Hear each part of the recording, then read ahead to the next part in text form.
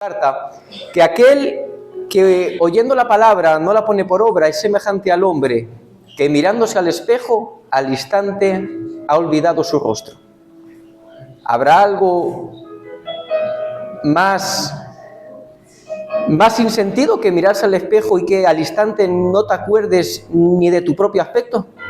Pues Santiago dice que el que oye la palabra y posteriormente no la lleva a cabo es exactamente igual. Pero yo digo que aquí en Rojales no solo somos oidores de la palabra de Dios, sino que también somos hacedores de ella. Amén. Bendito sea el nombre del Señor. Miren, me van a acompañar a un texto, no hace falta que se levanten, ¿vale? Se encuentra en el Evangelio de Mateo, capítulo 5, versículos del 1 al 12.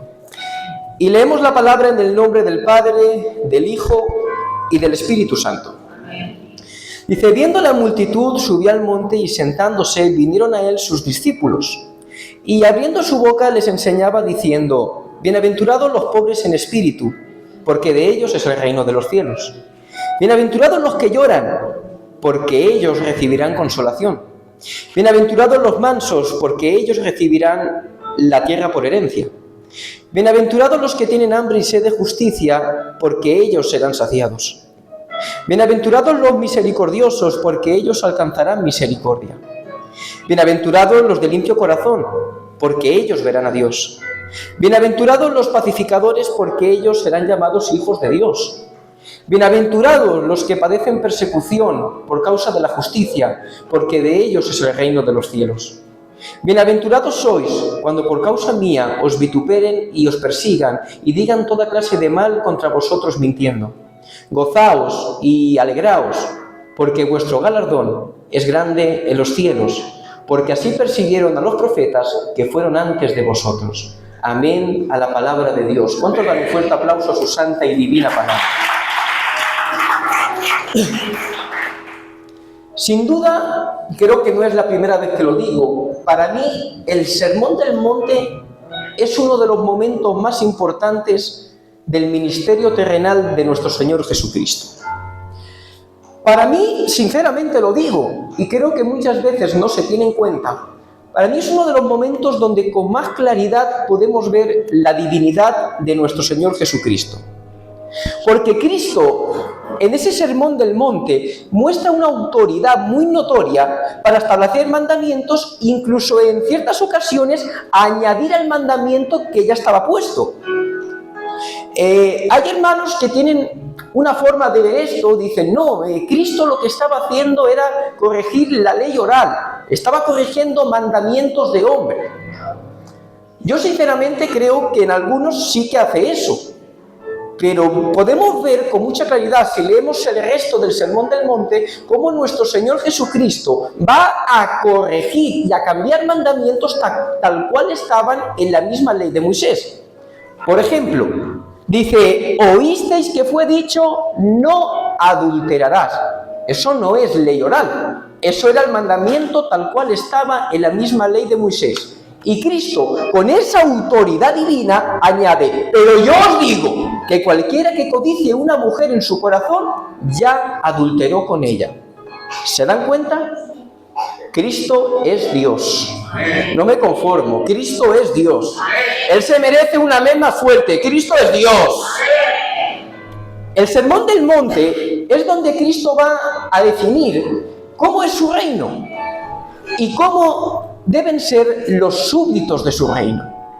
Y claro, a mí sinceramente me llama mucho la atención que este Sermón del Monte comienza con las bienaventuranzas.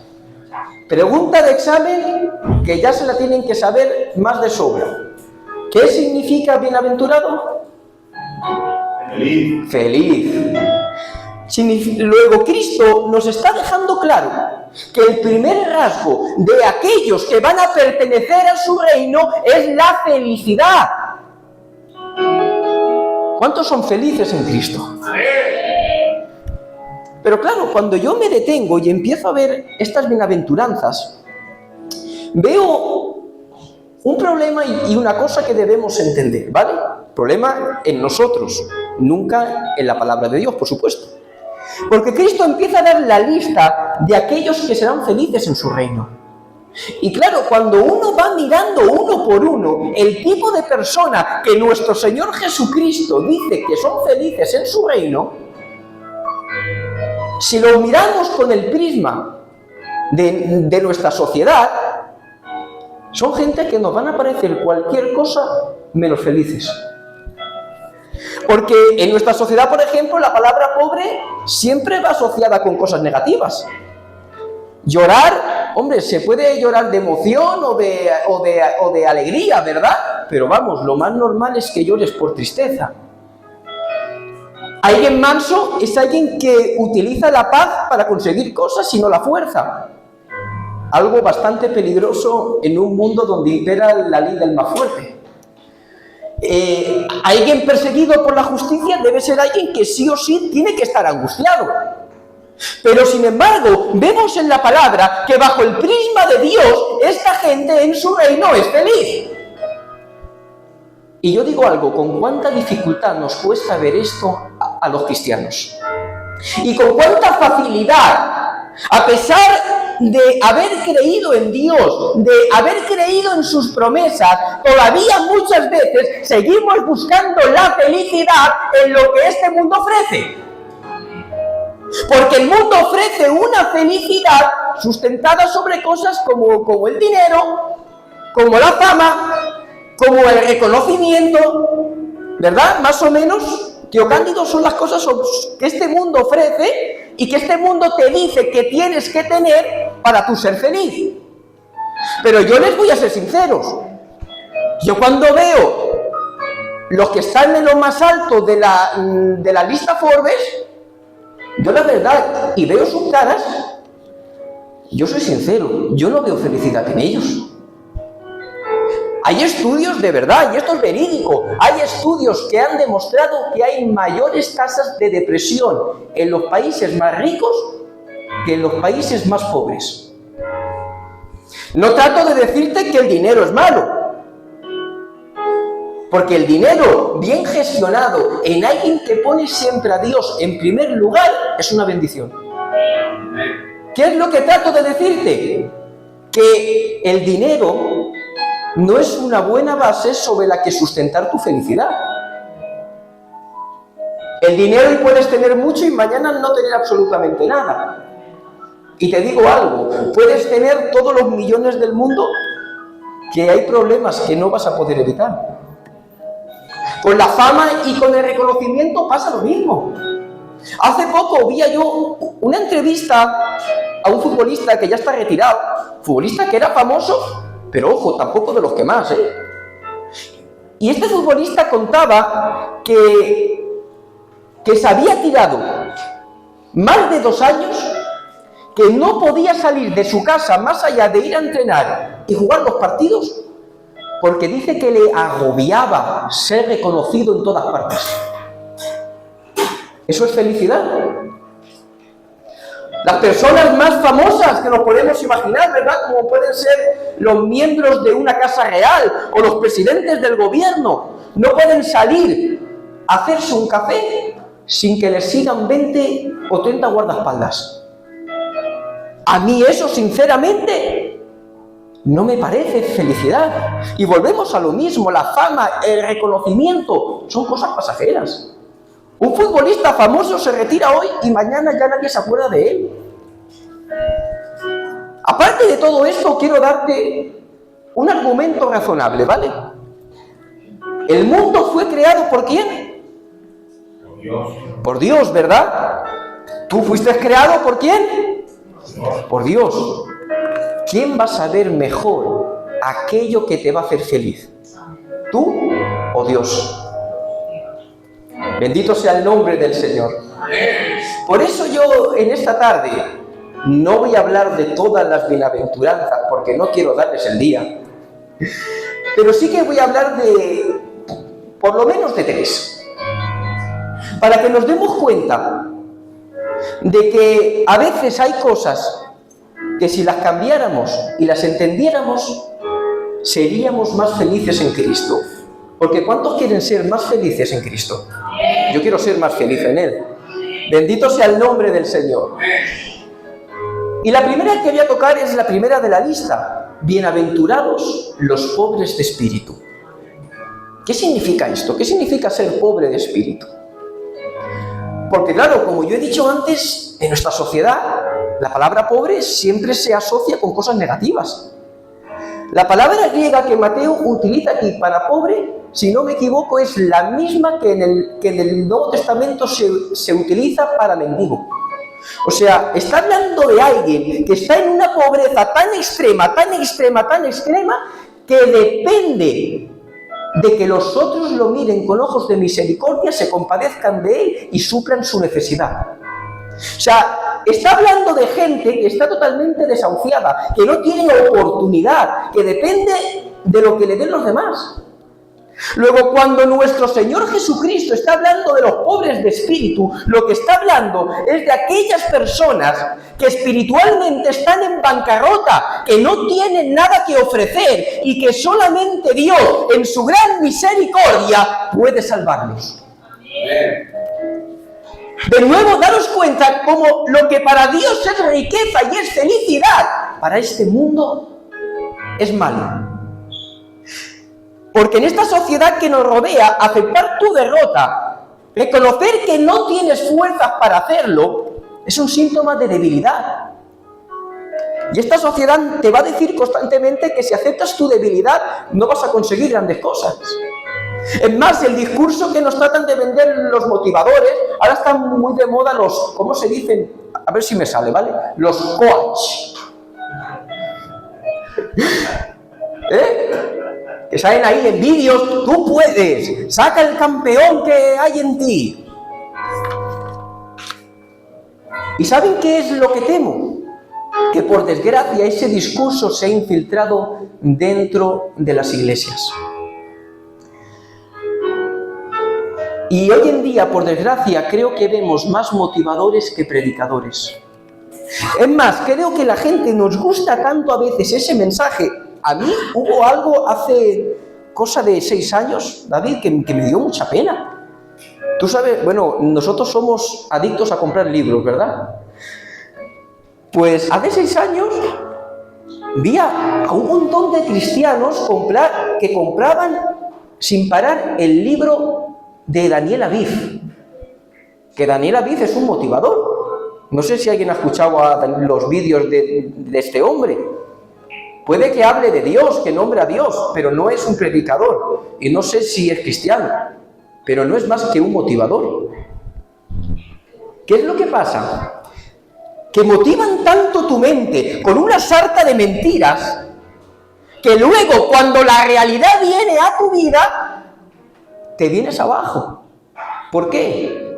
Porque es verdad, hay cosas que tú puedes hacerlas, pero hay muchas otras que no puedes.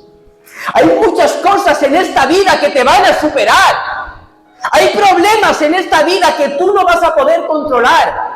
Y siento decirte esto, siento ser en esta tarde también portador de malas noticias. En esta vida van a haber problemas que te van a golpear y te van a dejar en el suelo. Y eso es una realidad.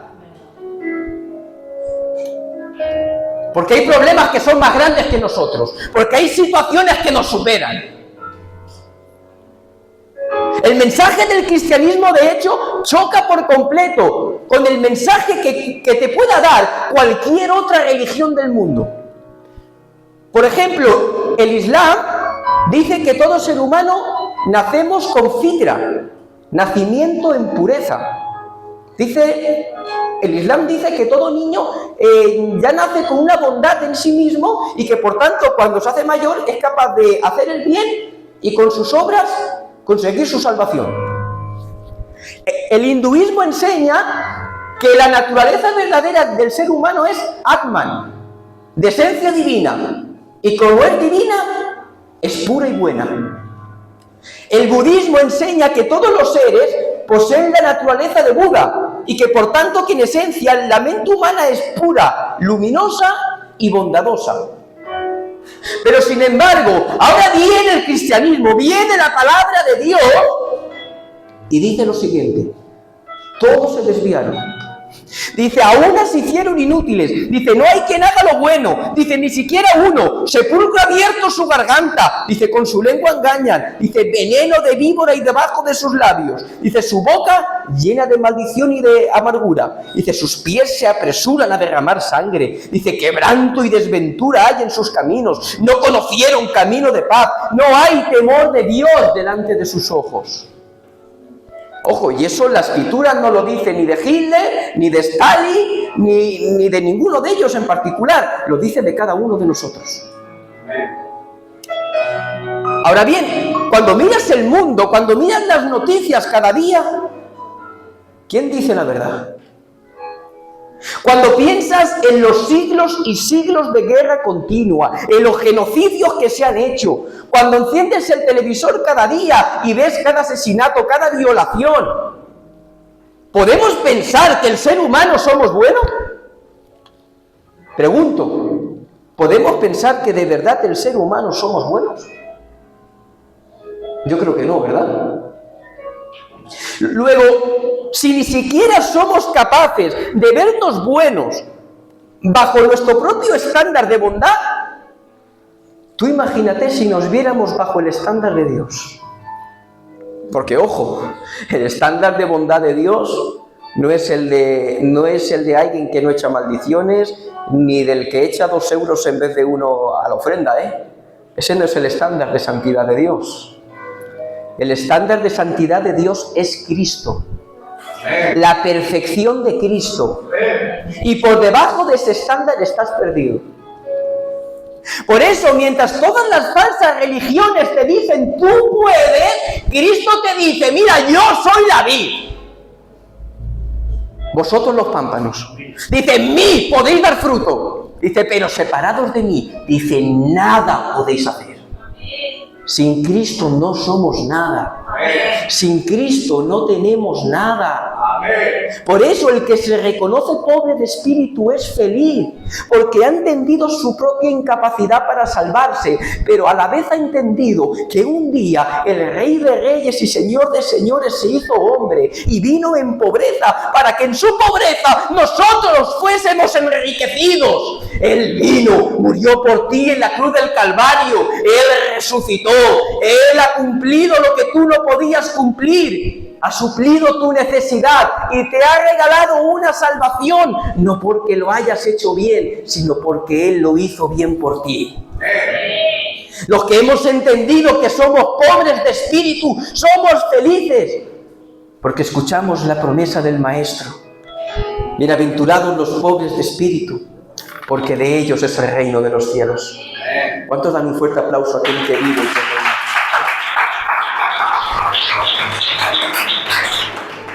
¿Cuántos dicen un fuerte gloria a Dios? ¡Gloria a Dios!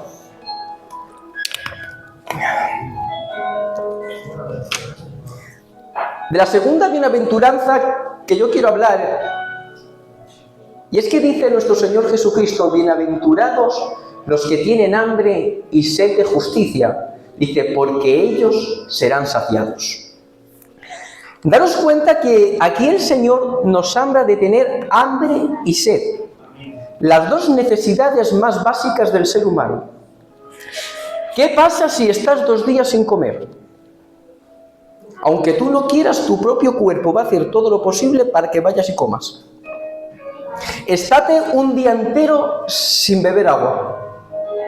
La sed te va a llevar a una desesperación. Pues al igual que comer y beber es una necesidad básica para tu vida, sin las cuales no puedes vivir, así debe ser también la justicia de Dios para tu vida. En medio de un mundo caído y depravado donde reina el pecado y la maldad, en un mundo donde la mentira se aplaude y la sociedad nos impulsa a querer satisfacer todos nuestros malos deseos, en nosotros debe haber una necesidad ardiente, un hambre continuo por buscar la justicia de Dios. En todo cristiano debe haber un deseo ardiente de andar en santidad, de hacer lo que es agradable a los ojos de Dios, de querer parecernos cada día más a Cristo. Dice en 2 Corintios 7:1, como tenemos estas promesas, queridos hermanos, purifiquémonos de todo lo que contamina el cuerpo para completar en el temor de Dios la obra de nuestra santificación.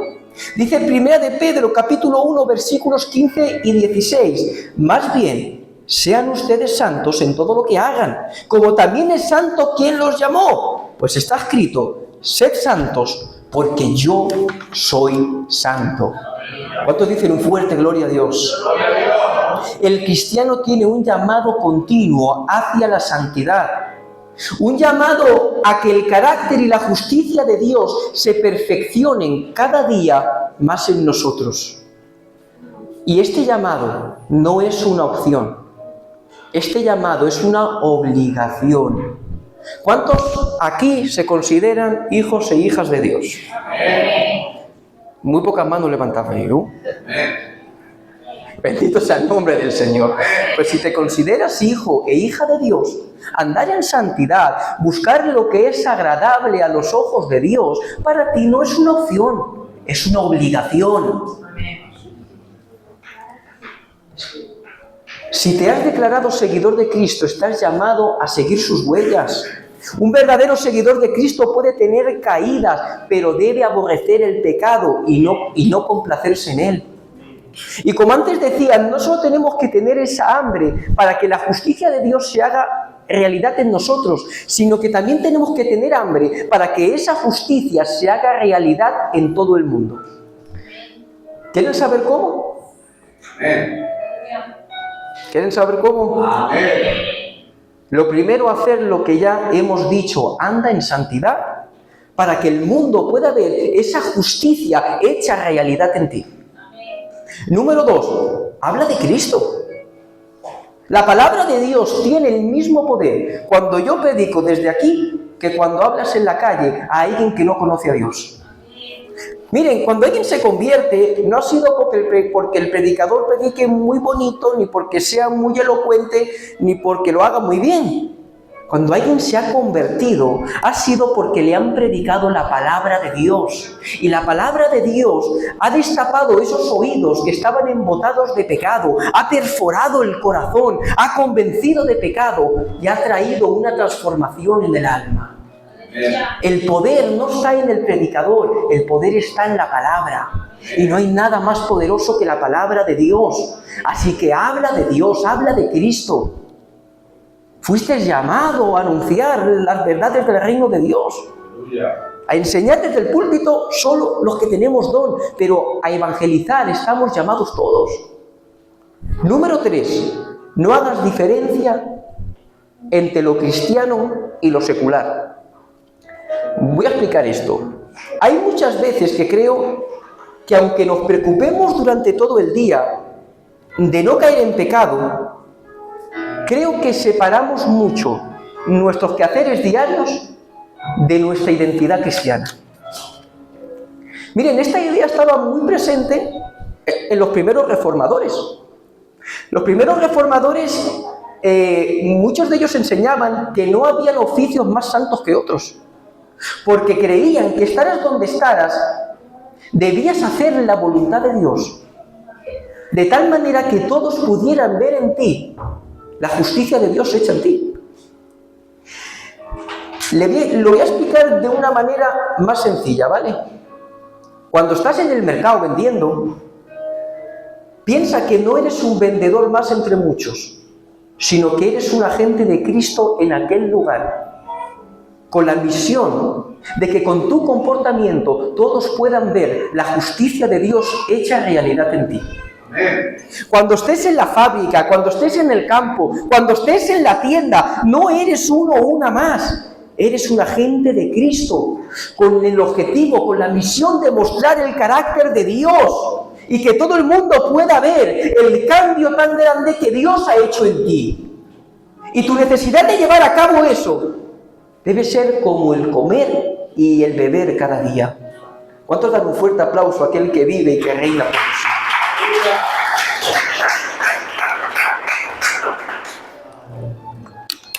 ¿Cuántos dicen un fuerte gloria a Dios? ¡Gloria a Dios! Tercera bienaventuranza, y les prometo que es la última que toco hoy, ¿vale? Bienaventurados los misericordiosos, porque ellos alcanzarán misericordia.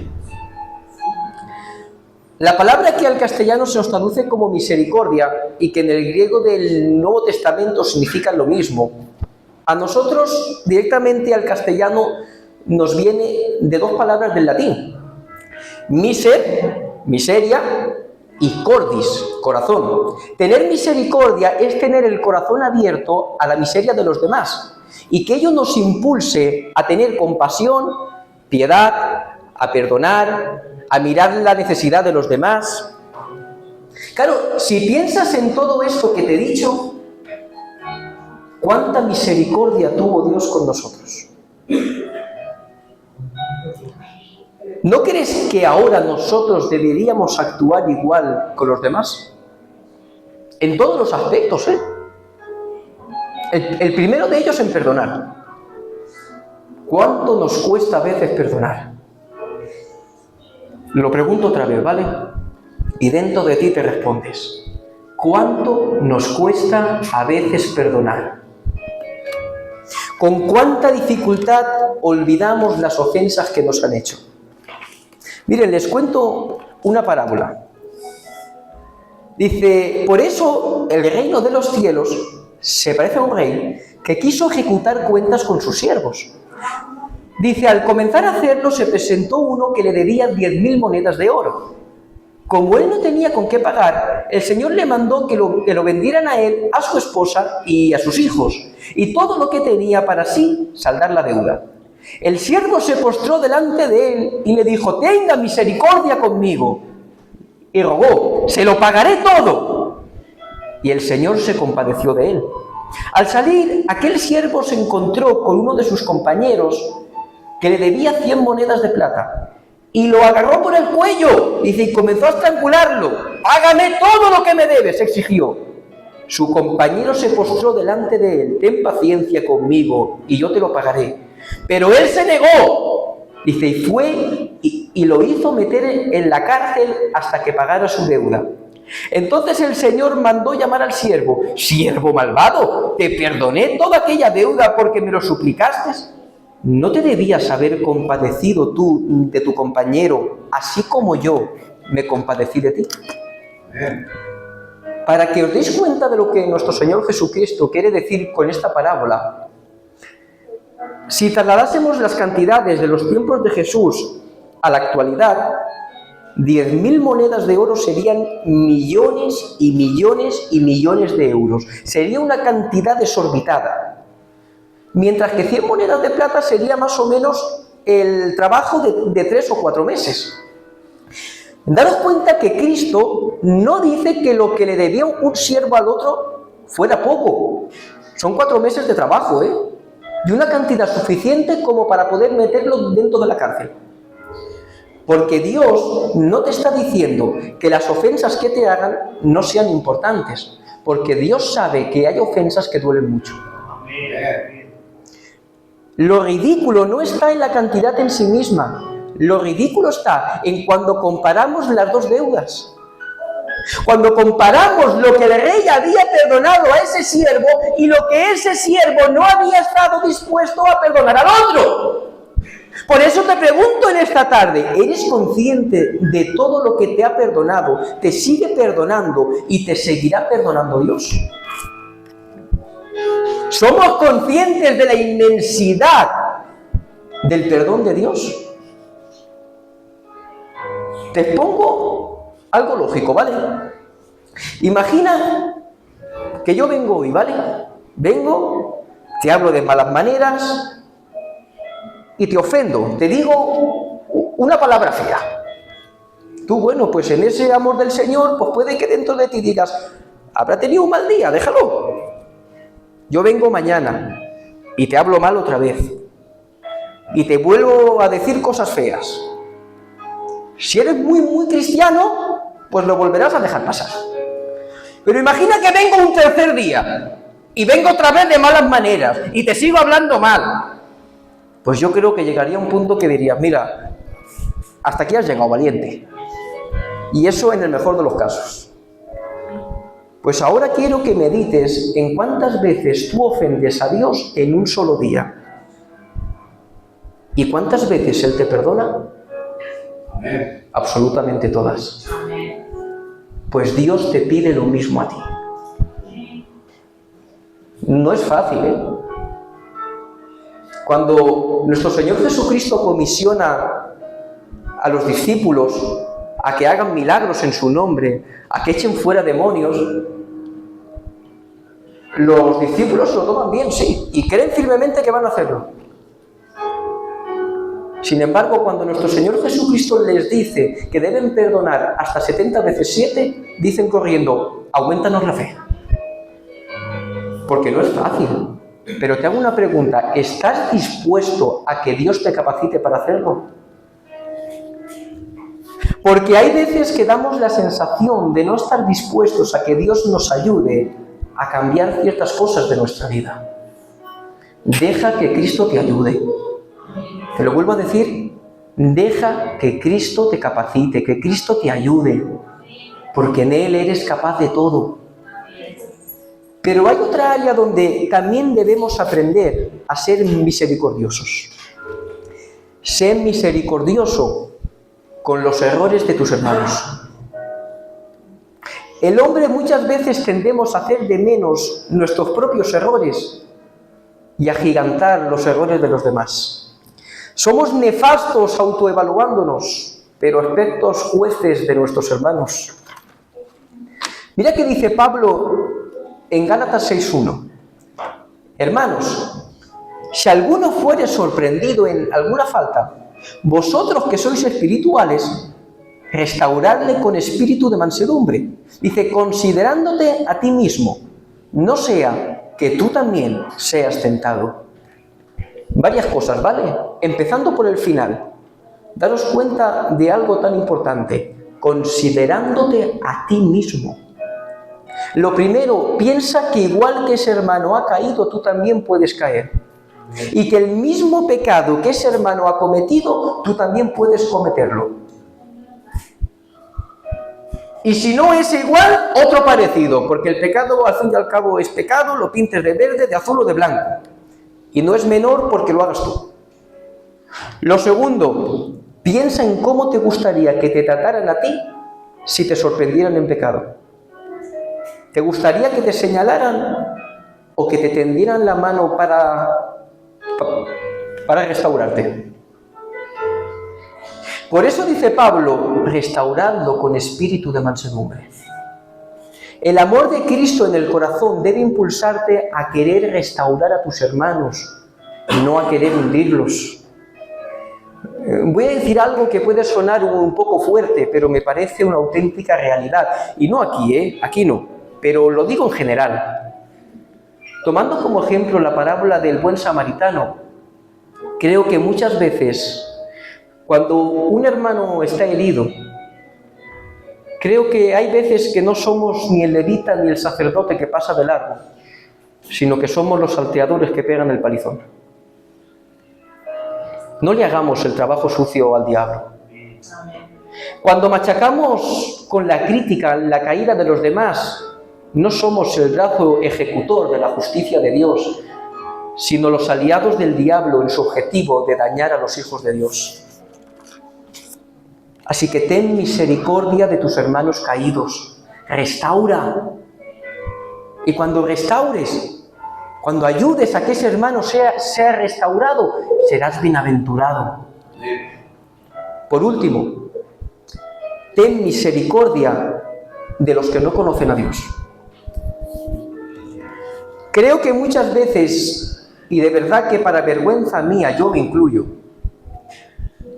creo que miramos a ciertas personas del mundo que llevan mala vida y creo que ni siquiera hacemos el mínimo esfuerzo de hablarles de Dios porque pensamos que no van a cambiar nunca y no hacemos misericordia. Y cuando hacemos esto cometemos dos errores muy graves. Número uno, menospreciar el poder de Dios para cambiar un corazón.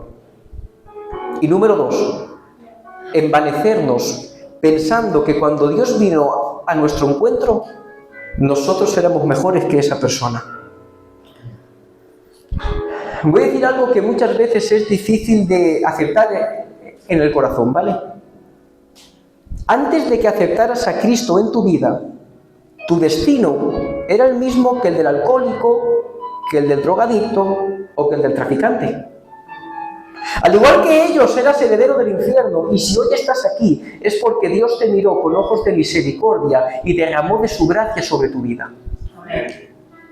En las Escrituras, en la lista de los que no heredarán el reino de los cielos, el chismoso está junto al asesino. Porque los baremos de qué pecado es mejor o peor, los hacemos nosotros, no los hace Dios. El problema es que creo que muchas veces hacemos acepción de personas, de quién merece nuestra misericordia y quién no. Creo que los cristianos últimamente nos hemos atribuido una cuestión que no nos pertenece, y es que parece que nos creemos con autoridad de decir quién tiene que entrar al reino de los cielos y quién no. Queremos una membresía con nuestros amigos, con los que nos caen bien, con los que sean de buena gente, pero ese que no me gusta, si no viene al culto mejor, o sea que la mangue. Vuelvo a decirlo, no hagamos el trabajo sucio al diablo. Amén. Solo aquellos que han entendido que un día Dios hizo misericordia con ellos y que por tanto ahora ellos tienen el deber de hacerlo con los demás, son felices en el reino de Dios. Así que, hermano, no olvides la felicidad tan grande que Dios ha traído sobre tu vida. No pongas tu vista en la felicidad que te puede ofrecer este mundo, que puede ser muy atractiva a los ojos, pero que te romperá el corazón, que te conducirá hacia la perdición. Busca la felicidad de Cristo, porque Él nunca decepciona. Y lo que Él ofrece no es temporal, sino que es eterno. ¿Cuánto dan un fuerte aplauso a su santo y divina palabra?